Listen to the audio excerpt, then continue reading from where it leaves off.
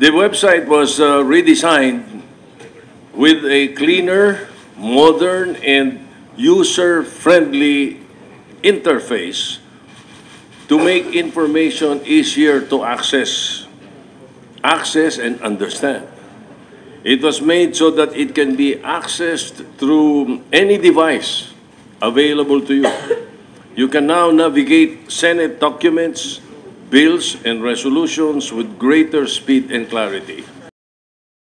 Ito ang pamungad na salita ni Senate President Vicente Tito Sotto III sa paglulunsad ng bagong Senate website nitong Martes sa Senado. Kasama ni Sotto si SP Pro Tempore Panfilo Ping Lacson sa mga nagpasinaya sa kaganapan.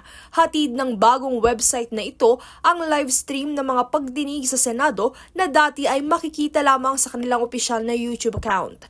Bukod dito ay kumpleto na ring maa-access ang directory ng mga senador sa kanilang profile stub.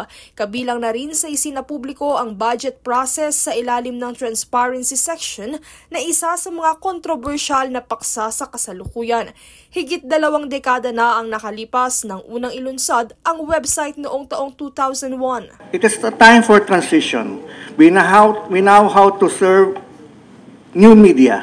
We have to provide short, quick, and visual information, and at the same time provide them technical information as to what the Senate is doing. Without good communication infrastructure, we won't be able to convey to the citizens that we serve kung ano yung ginagawa natin sa Senate. Hopefully, ito lang po ang una sa mga digital innovation natin. We hope to start working on a Senate application, which you can access from your mobile phone, where you can file your leaves, etc. And hopefully, we will have our own Senate TV very soon.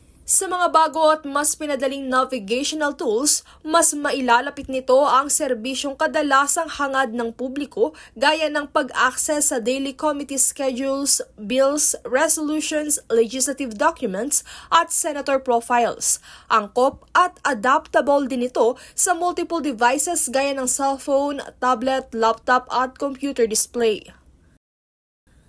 Princess Castro nag-uulat para sa Golden Nation Network.